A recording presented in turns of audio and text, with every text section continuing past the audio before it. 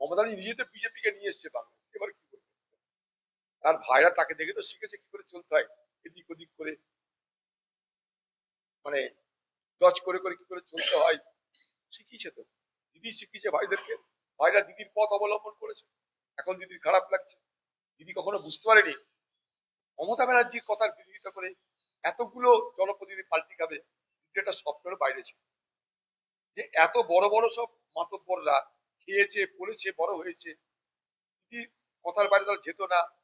দিদি হ্যাঁ বলার আগেই তারা পা ধরে নিত, দিদিকে খুশি করতে ব্যর্থ থাকতো।